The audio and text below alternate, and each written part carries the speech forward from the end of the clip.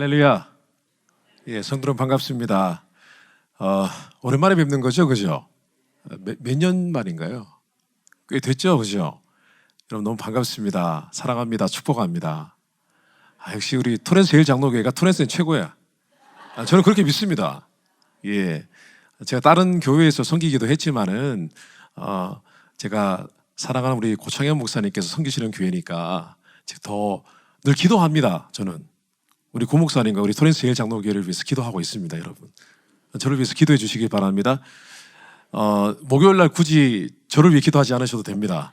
박신호 목사님께서 좀 소소하실 거예요. 예, 우리 세 사람이 너무 친한데 이렇게 교제하고 서로 사랑하는 사이입니다, 여러분. 그래서 당연히 편찮으시다니까 제가 당연히 리플레이스를 해야죠. 예, 그렇게 왔습니다.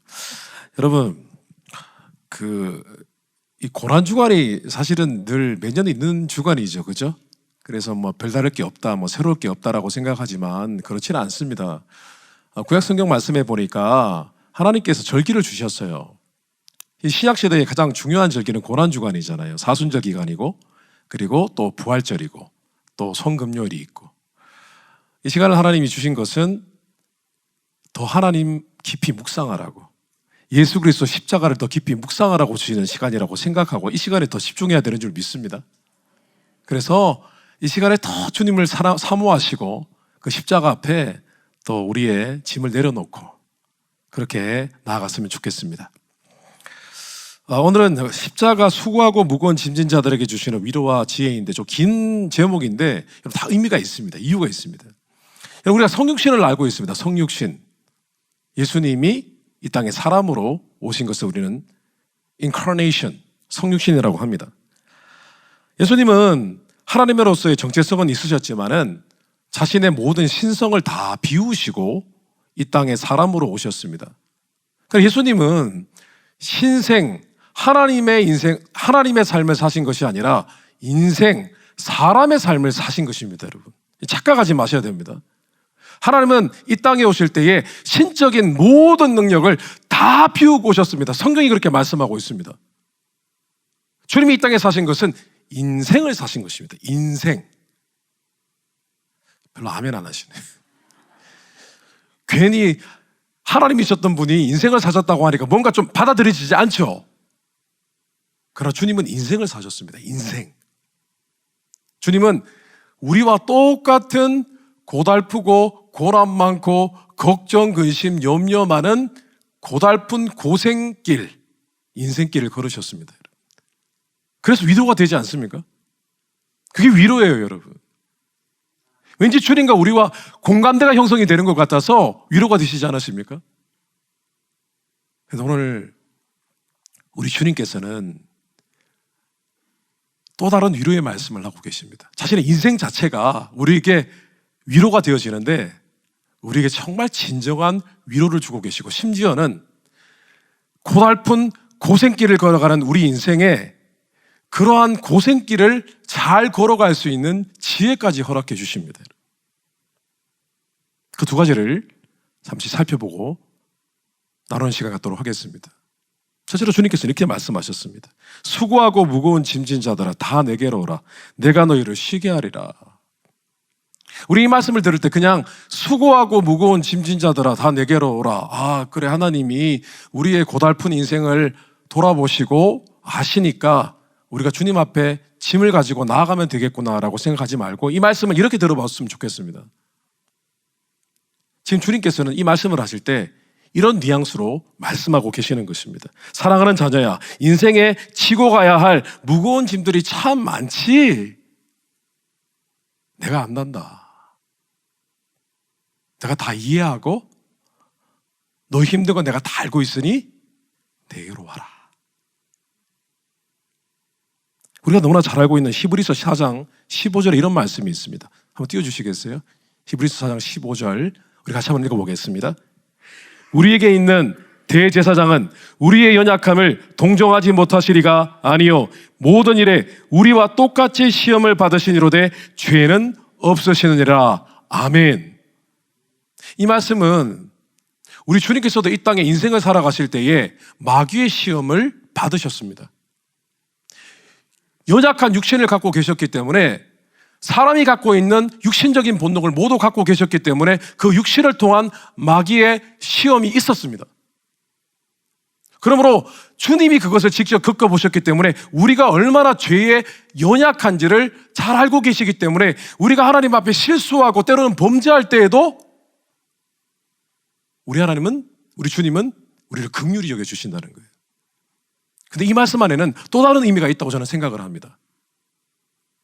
예수님이 연약한 육신을 가지고 인생을 사셨기 때문에 우리가 넘어질 때 불쌍히 여겨주신다는 것입니다. 인생길이 고생길입니다, 여러분. 져야 할 짐이 너무나 많이 있습니다. 근데 우리 주님께서는 연약한 육신이라는 짐, 가족을 부양하는 짐, 우리 주님께서 십자가에 달리시고 돌아가시기 직전에 자신의 어머니 마리아를 누구에게 맡기셨습니까? 요한에게 맡기잖아요. 주님은 가족을 부양하는 짐도 지셨습니다. 다 지셨습니다. 하나도 빠짐없이 우리 인생에 지고 가는 모든 짐을 지고 살아내셨습니다, 여러분.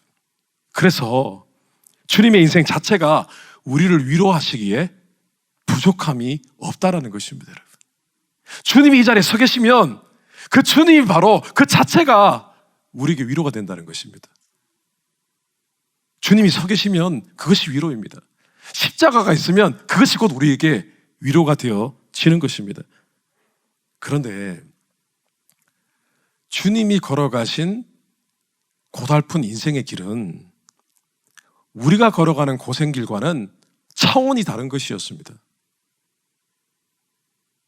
내용에 있어서나 이유에 있어서나 수준에 있어서나 모든 것이 달랐습니다. 이유에 있어서 우리의 인생과 달랐던 점은 우리는 우리 인생을 위해서 살다가 고생을 겪는 것이지만 주님은 자신의 인생을 위해 살다가 고생을 겪으신 것이 아니라 우리를 위해 살다가 고난을 겪으셨다는 사실입니다. 수준도 다릅니다. 우리는 간혹 억울할 때도 있지만은 주님은 정말 억울하게 모함을 당하셔서 아무 죄가 없으신데 핍박을 당하시고 죽임을 당하셨습니다. 어떻게 그것뿐입니까? 내용에 있어서도 우리가 걸어가는 인생길과는 전혀 다른 수준의 인생길을 걸으셨습니다. 본인이 죄가 없으신데 죄의 짐을 지고 모든 인류의 죄의 짐을 지고 걸어가셨습니다. 사실 고생스러운 인생길에서 져야 할 많은 짐들이 있는데 그 짐들 중에 가장 무거운 짐이 이 죄라는 짐이거든요. 주님을 믿지 않는 사람들은 자신들이 지금 죄의 짐을 지고 걸어간다는 것을 모르고 있습니다, 여러분. 근데 사실 그게 제일 무거운 짐이거든요. 근데 우리 주님께서 그 죄의 짐을 지고 가셨습니다.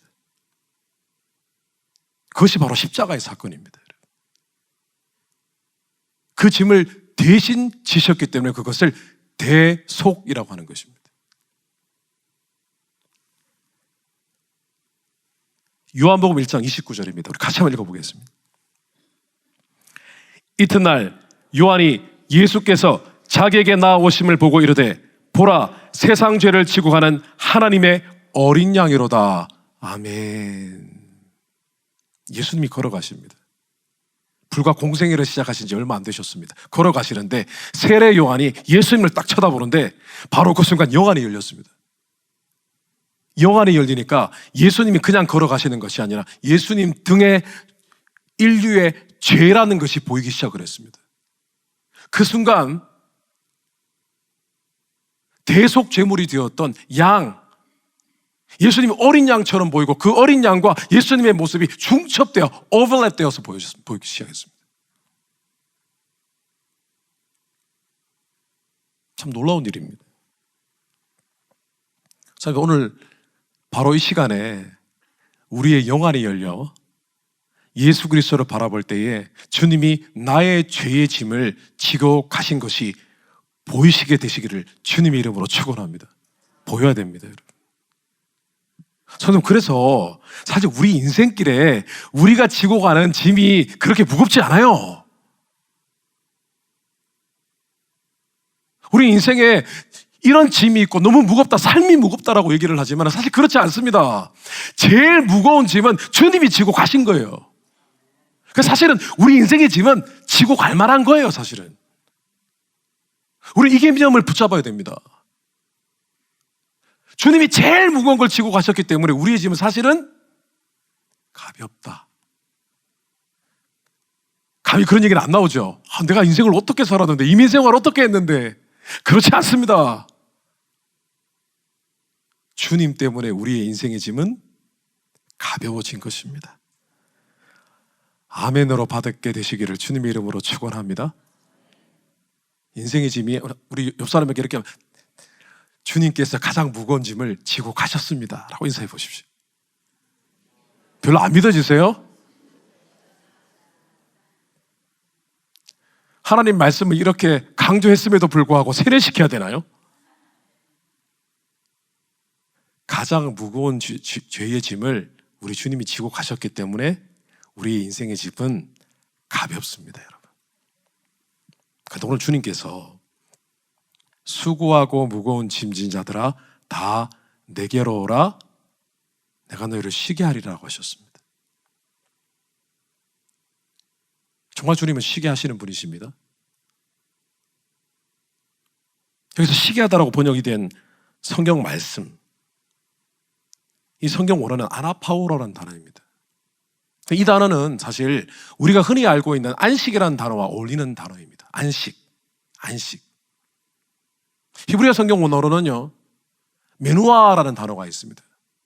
하나님의 안식을 의미를 합니다. 이 안식은 영혼의 안식, 우리 마음의 안식, 그리고 우리의 육신의 삶 가운데 하나님이 역사하시는 가운데 나타나는 평안과 기쁨을 의미합니다. 근데 우리 하나님은 실제로 그렇게 역사하고 계십니다. 룻기에 보니까 나오미와 룻 두 과부입니다, 여러분. 두 과부니까 쌍과부죠, 그죠? 쌍과부. 피폐한 인생을 살아가고 있습니다. 근데 나오미가 룻에게 이렇게 얘기를 합니다. 내가 너를 위해서 안식할 곳을 찾아줘야 되지 않겠느냐? 그리고 하나님이 역사하십니다. 천상 과부로 빌어먹고 살아야 할 그의 인생에 하나님이 역사하셔서 좋은 유력한 신랑을 주시고 그의 삶을 회복시켜 주셨습니다. 그의 자손을 통하여 다윗 왕이 태어나고 그 후손을 통하여 예수님이 오셨습니다. 어디 그것뿐입니까? 하나님은 지금도 우리를 쉬게 하십니다. 지금 이 예배 가운데 하나님이 임재하고 계시는 줄 믿습니다. 성령께서 우리의 마음을 만지시는 줄 믿습니다. 그 안식 가운데 깊이 들어가게 되시기를 또한 주님의 이름으로 축원합니다. 우리가 이 사람에게 위로를 받을 때 이런 생각을 할 때가 있습니다. 자기가 내 입장이 돼봤어? 내 마음을 어떻게 알아? 사실 그런 생각이 들 때가 많거든요. 사람의 위로를 받을 때 그렇습니다. 그러나 만약에 우리를 위로하시는 그 대상이 우리의 고달픈 삶보다 더한 인생을 살았고 그 인생이 사실은 나를 위해 살다가 고생을 한 그런 인생이 우리에게 위로를 한다면 우리는 단순히 위로만 받는 것이 아니라 치유를 받게 되고 회복이 되는 것입니다, 여러분. 그래서 우리가 예수 그리스도 앞에 설 때 치유받는 것입니다, 여러분. 예수 그리스도 앞에 설 때 회복이 일어나는 것입니다.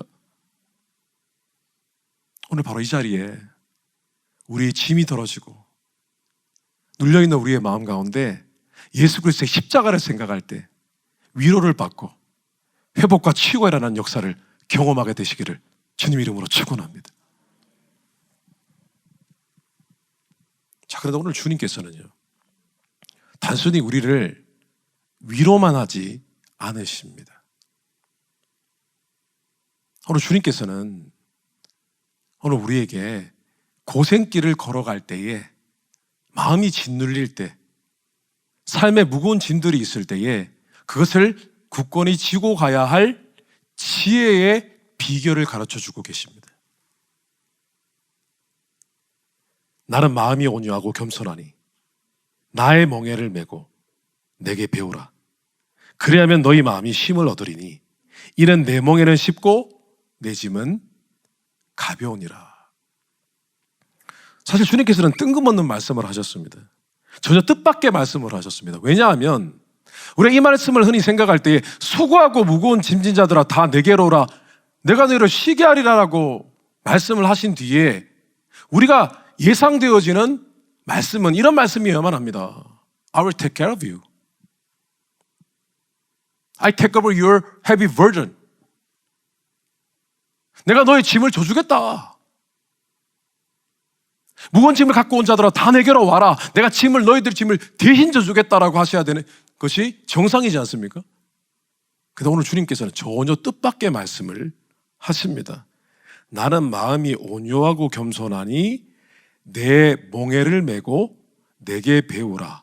그리하면 너희 마음이 쉼을 얻으리니 내 멍에는 쉽고 내 짐은 가벼움이라 하시니라.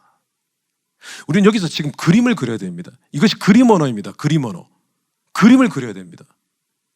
왜 주님께서 굳이 자신의 성품을 말씀을 하셨을까? 나는 마음이 온유하고 겸손하니 내게 배우라 라고 하셨습니다. 자, 이게 무슨 말이죠?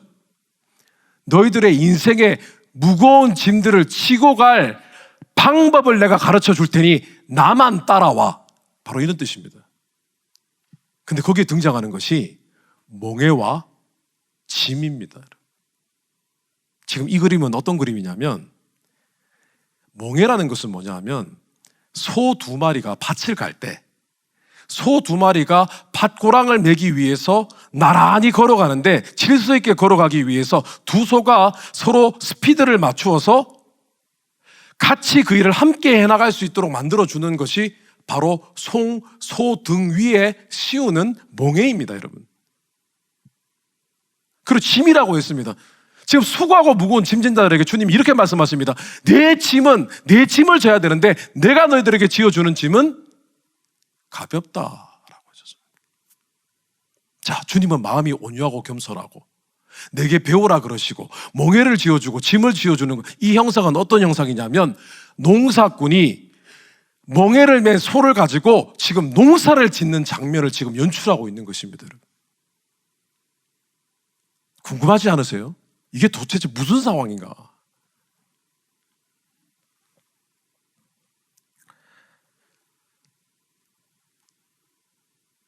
주님은 우리 인생의 짐을 대신 져주시지 않으십니다, 여러분. 성경을 통틀어서 주님이 우리의 짐을 대신 져주신다는 정확한 표현이 담겨있는 성경 구절은 딱 한 구절이 있습니다. 한번 읽어보겠습니다. 시편 68편 19절입니다. 같이 한번 읽겠습니다. 날마다 우리 짐을 지시는 주 곧 우리의 구원이신 하나님을 찬송할지로다. 아멘. 굉장히 은혜가 되시죠? 근데 원래 원어 성경으로는 이 말씀이 날마다 하나님께서 우리의 짐을 져주신다 아니라 날마다 하나님께서는 우리를 져주신다는 뜻입니다, 여러분. 그러니까 성경에는 하나님께서 우리의 짐을 대신 져주신다는 말씀이 없습니다. 하나님이 우리를 져주신다는 것은 하나님께서 우리를 인도하시는 것으로 의미를 합니다, 여러분. 왜 우리가 인생길에서 자꾸 하나님께서 짐을 안 져주시는 것 같아서 섭섭할 때가 있죠? 힘든 것 하나님이 빨리 삭제해 주시면 얼마나 감사하겠습니까? 근데 그렇게 되지 않거든요. 왜냐하면 인생에 우리를 인도하시는 분은 하나님이시지만 그 짐을 져야 하는 주체는 우리이기 때문입니다, 여러분. 하나님 우리 짐을 져주지 않으십니다. 우리가 져야 됩니다, 여러분. 중요한 것은 오늘 주님께서 주시는 지혜로운 방법으로 짐을 지면 됩니다. 그럼 능히 지고 나아갈 수 있는 것입니다. 그 비밀이 바로 두 개입니다. 멍에와 예수님이 지어주시는 가벼운 짐입니다. 멍에가 뭘까요, 여러분? 멍에가 뭐죠? 앞서 말씀드린 것처럼 멍에라는 것은 소 두 마리가 같이 일을 하고 짐을 지고 나아가기 위해서 둘을 엮어주는 나무로 된 기구라고 했습니다. 우리가 소라고 하면 옆에 있는 속은 누굴까요? 많은 분들이 예수님이라고 생각합니다. 제가 앞서 말씀드렸잖아요.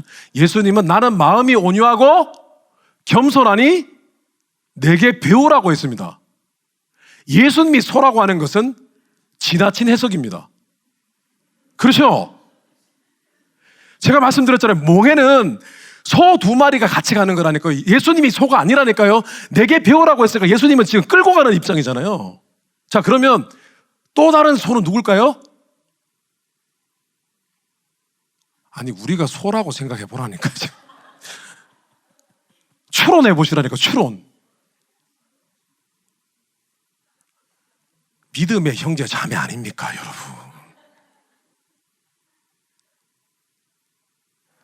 성도 여러분, 너희의 인생의 짐을 지고 갈 때 너희에게 내가 믿음의 형제 자매 교회를 허락하였으니 너희가 같이 짐을 지고 가라. 서로를 위해서 기도하라.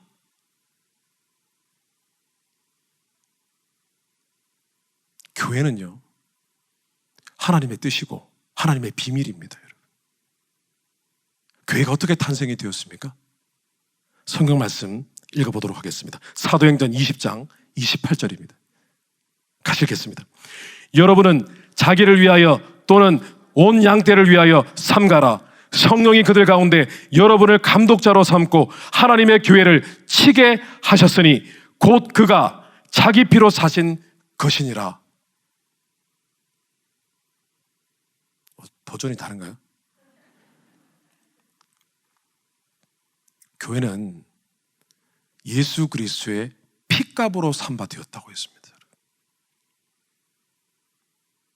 우리 하나님은 예수 그리스도의 십자가를 통해서 모든 것을 해결하셨습니다. 십자가를 통해서 우리가 살아갈 모든 은혜의 방편을 마련해 주신 것입니다. 여러분, 교회가 왜 중요한 줄 아십니까? 교회 안에 생명이 있기 때문입니다. 오늘날 많은 분들이 교회관이 잘못되었습니다. 교회가 뭔지 몰라요. 혼자 믿으면 되지. 아니요. 예수 그리스도께서 피를 흘리신 것은 우리 개인의 구원뿐만 아니라 교회를 세우시기 위하여, 교회를 구원의 방주로 만드시기 위하여 세워주신 것입니다. 참 놀라운 것은 교회 안에 믿음의 동역자들과 함께 살아가는 사람들은 그의 신앙생활과 삶이 달라집니다. 저희 감사할인 교회에서는 올 초부터 새로운 미니스트리가 생겼습니다. 그 미니스트리 이름은 발음을 조심하셔야 됩니다. SIP입니다. SIP. SIP입니다. 뭐냐 하면은 Sunday Intercessory Prayer입니다. 주일 중보 기도입니다. 그런데 제가 그걸 이니셜을 만들었거든요. 근데 기가 막혀요. SIP이 뭐냐면 한 모금이거든요. 그래서 저희들의 표현은 기도 한 모금 하고 가실래요? 주일날 본당 예배당 앞에 있는 로비 앞에 테이블을 이렇게 깔아놓고 테이블을 아름답게 꾸며놓고 우리 중보기도팀이 거기서 성도님들이 기도가 필요하면은 오시면 기도해 드립니다. 세 사람이 같이 손을 붙잡고 꽉 기도를 합니다. 간절히 기도를 합니다. 주일날 많이 오시진 않습니다. 한 15분에서 20분 정도 옵니다. 대부분은 예배 드리면 금강산도 식후경이니까 식사로 대부분 가시는데 정말 간절한 기도 제목이 있으신 분들은 꼭 들렀다 가십니다. 그런데 기적이 일어나요, 여러분. 여러분, 마태복음 18장 18절, 19절, 20절 말씀 그대로입니다, 여러분. 두 사람이 내 이름으로 모인 곳에는 나도 그들 중에 있느니라. 합심 기도에 관한 말씀입니다. 근데 셋 미니스트리가 시작이 되면서 중보기도팀이 기도를 해주기 시작을 하는데 그 자리에 가서 기도 받은 분들이요, 몇십 년 불면증을 앓은 분이 계시는데 불면증이 나아요, 여러분. 기적이 일어납니다.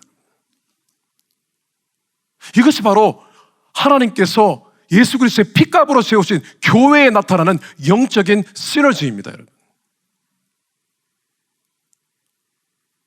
교회에서 서로 중보하고 격려하고 사랑하고 하는 가운데 우리는 이 세상 짐을 능히 지고 이기는 능력을 갖게 되는 줄 믿습니다. 여러분. 그것이 몽이에요. 예수님 아닙니다, 여러분. 교회입니다, 교회.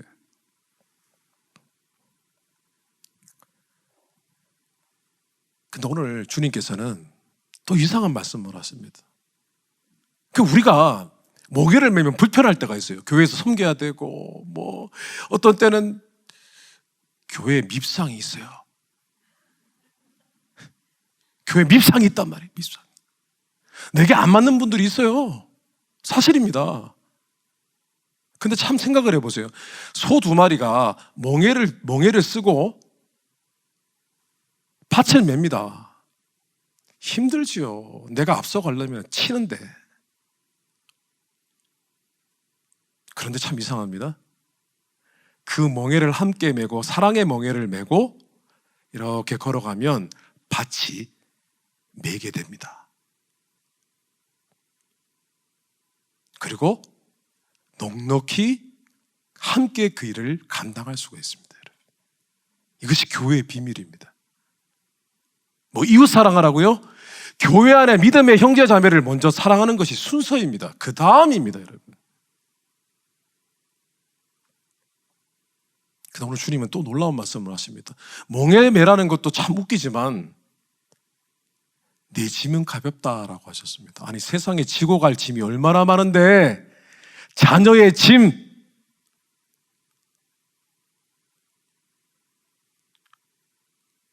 예수님이 지라고 하신 그 짐은, 예수님이 지어주시는 짐은 바로 사명이라는 짐입니다. 마태복음 6장에 보면은 25절에서 32절까지 구구절절 왜 너희가 인생을 살아가며 힘겨운 짐을 지다가 걱정, 근심, 염려하느냐. 제발 걱정, 근심, 염려하지 마라. 공중에 나는 새를 보라. 백합화를 보라. 막 구구절절 말씀하십니다. 그런 것은 믿지 않는 사람들이 하는 짓이다. 걱정 좀 하지 마라. 그렇게 말씀하시면서 최종 그 걱정과 근심, 염려에 관한 주제를 어떻게 마무리 지으시냐 하면 마태복음 6장 33절 말씀으로 마무리 지으시는데 그 말씀의 내용이 무엇입니까? 너희는 먼저 그의 나라와 의를 구하라. 그러면 이 모든 것을 너에게 더하시리라. 너희가 하나님이 기뻐하시는 사명을 붙잡게 되면 그 짐은 가볍단다. 그러나 그 짐을 지게 될 때 내가 다른 모든 너희의 짐을 잘 지를 수 있도록 도와주겠다. 그런 뜻입니다. 참 이상합니다. 인생에 하나님 나라의 일로 섬기면 기적을 경험하는 것을 봅니다. 저는 하나님을 섬기되어지면 다른 것을 실제로 채워주시고 인도해 주시는 것을 경험할 때가 있습니다. 참 놀라운 일이죠. 분명히 세상 짐도 지고 하나님이 지어주시는 짐도 같이 지는데 이것은 분명히 이중부담인데 이상하게 져집니다. 이것이 하나님의 원리입니다. 이것이 하늘의 법칙입니다. 우리 예수님 믿는 사람들이 얼마나 바보 같은 사람인 줄 아세요? 교회도 섬기고 밖에서도 일을 하는데 이상하게 돼요. 아멘 안 하시네. 아니, 세상에서 다른 사람하고 똑같이 일을 하는데 교회에서도 섬기잖아요. 그런데 돼요. 뭔가 힘든 것 같기는 한데 뭔가 이상하게 속는 느낌도 들고 뭔가 목사님한테 사기당한 것 같기도 하고. 그런데 하나님께서는 이루어 가십니다. 이게 놀라운 원리입니다. 물론 하나님을 섬기다가 하나님의 사명을 이루다가 더 힘들어질 때도 있습니다. 그러나 그것마저도 유익입니다. 왜냐하면 하나님이 지어주시는 가벼운 사명이라는 짐을 지고 나아갈 때 고난을 당하면 그 고난은 예수 그리스도께서 죄의 짐을 지고 걸어가실 때에 그 모습과 닮아 있기 때문에 거기에는 하나님의 영광에 참여하는 상급이 있습니다. 베드로전서 4장 13절입니다. 우리 같이 한번 읽어보겠습니다.